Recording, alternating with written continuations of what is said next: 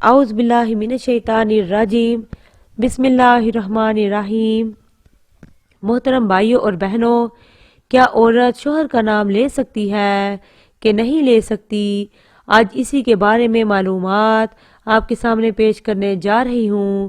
محترم بھائیوں اور بہنوں، کسی نے سوال کیا تھا کہ کیا عورت اپنے شوہر کا نام لے سکتی ہے کہ نہیں لے سکتی، یا منع کے ابا ہی کہے گی؟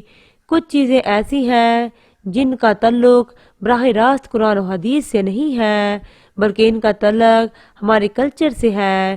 مثال کے طور پر ان سے اگر کوئی یہ کہتا ہے کہ مفتی سے کوئی آ کے پوچھے کہ کیا میں قمیض اتار کر نماز پڑھ سکتا ہوں، تو مفتی اگر عقل مند ہوگا وہ کہے گا کہ قمیض اتار کر نماز نہ پڑھیں، یہ بے ادبی ہے۔ اب کہیں کہ حدیث کا حوالہ دو، تو بھئی حدیث کا حوالہ اگر نہ دے گا تو حدیث اس کی اسپائٹ ہے، صحیح ہے۔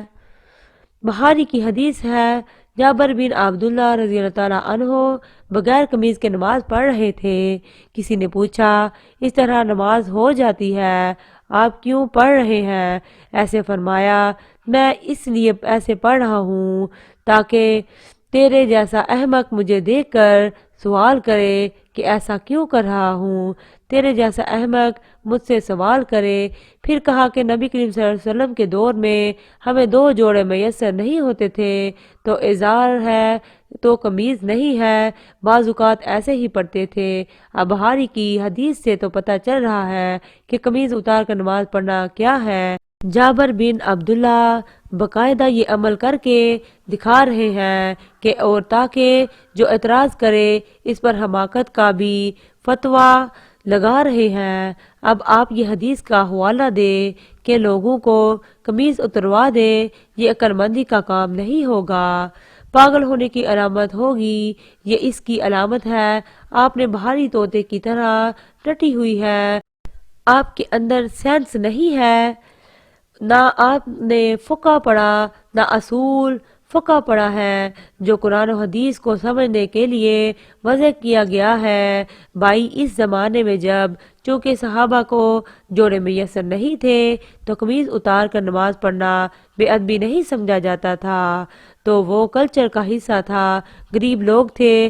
اصحاب صفا میں ہم دیکھتے ہیں کہ حدیث میں آتا ہے کہ ایک دوسرے کی طرح پشت کر کے بیٹھے ہوئے تھے، کیونکہ لباس ستر ڈھانپنے کے لیے اتنا تھوڑا کپڑا تھا کہ وہ ایک دوسرے کی طرف رخ کر کے بیٹھنا ان کے لیے مشکل تھا، اتنی غربت تھی۔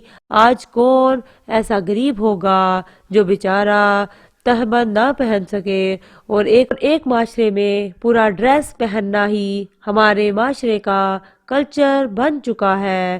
کسی تقریب میں آپ بغیر قمیض کے نہیں جا سکتے، تو آپ اللہ کے سامنے بغیر قمیض کے کیسے کھڑے ہوں گے؟ اگر صحابی بغیر قمیض کے نماز پڑھ رہے ہیں تو ایک بڑی اچھی تقریب میں بھی وہ بغیر قمیض کے چلے جاتے تھے۔ صحیح بخاری کی حدیث ہے کہ نبی کریم صلی اللہ علیہ وسلم کے پاس ایک صحابی نے عرض کیا، یا رسول اللہ صلی اللہ علیہ وسلم میرا اس خاتون سے نکاح کرا دے۔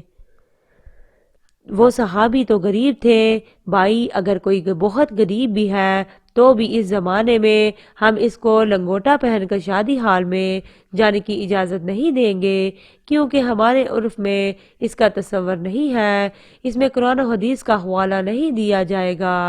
قرآن و حدیث کی اگر بات ہے تو نبی صلی اللہ علیہ وآلہ وسلم زیادہ تر ازار پہنا کرتے تھے۔ ازار ایک چادر جو ہوتی تھی، آج کسی بھی محفل میں آپ اظہار پہن کر نہیں جا سکتے، نماز بھی نہیں پڑھ سکتے، اس لیے کہ اس کو یوں سمجھا جائے گا کہ بھائی اللہ کے دربار میں جب حاضری دے رہے ہو تو اوپر ڈریس پہنو، یہ نماز کا ادب ہے۔ جیسے آپ کسی رشتہ دار کی دعوت میں جاتے ہو تو پورا ڈریس پہن کر جاتے ہو، چڈی بنیان میں نہیں پہنچتے، تو ہم کہیں گے کہ اللہ کا بھی یہ حق ہے کہ اللہ کے سامنے جب حاضری دی جائے تو پورا ڈریس میں ہو، کیونکہ اب ہمارے زمانے کا عرف یہ بن چکا ہے کہ قمیض بھی ہو، ساتھ میں شلوار بھی ہو۔ اسی طرح یاد رکھو کہ عورت کا شوہر کا نام لینا صحابیہ سے ثابت ہے کہ انہوں نے اپنے شوہر کا نام لیا ہے انہوں نے، لیکن بہت سارے ہمارے کلچرز میں ہمارے جو بہت سارے علاقے ایسے ہیں، قومیں ایسی ہیں جن میں عورت کے لیے شوہر کا نام لینا ہے بے ادبی سمجھا جاتا ہے۔ وہ اگر نام لے گی تو یہ سمجھا جائے گا کہ یہ بے ادبی ہے۔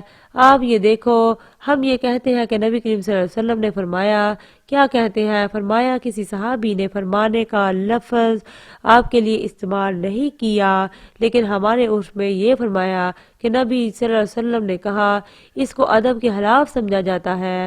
ہمارے میں اگر کوئی کہتا ہے عبداللہ بن مسعود نے یوں کہا، عبداللہ بن عمر نے یوں کہا، بھئی تو ہم کہتے ہیں کسی صحابی کا نام آئے آخر میں رضی اللہ تعالیٰ عنہ بھی لگاؤ۔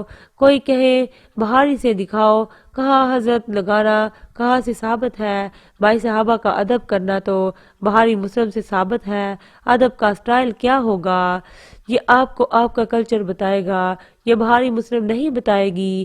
یہ ہر چیز میں بہاری مسلم کا مطالبہ کرنا ہے، جہالت ہے۔ تو یہ تو شریعت ہمیں بتائے گی کہ شوہر بیوی پر لازم ہے کہ وہ شوہر کا ادب کرے۔ ادب کا سٹائل کیا ہوگا، طریقہ کیا ہوگا، یہ بہاری مسلم نہیں بتائے گی، یہ آپ کو آپ کا کلچر بتائے گا۔ امہات المومنین بھی رسول اللہ صلی اللہ علیہ وسلم کا نام نہیں لیتی تھی۔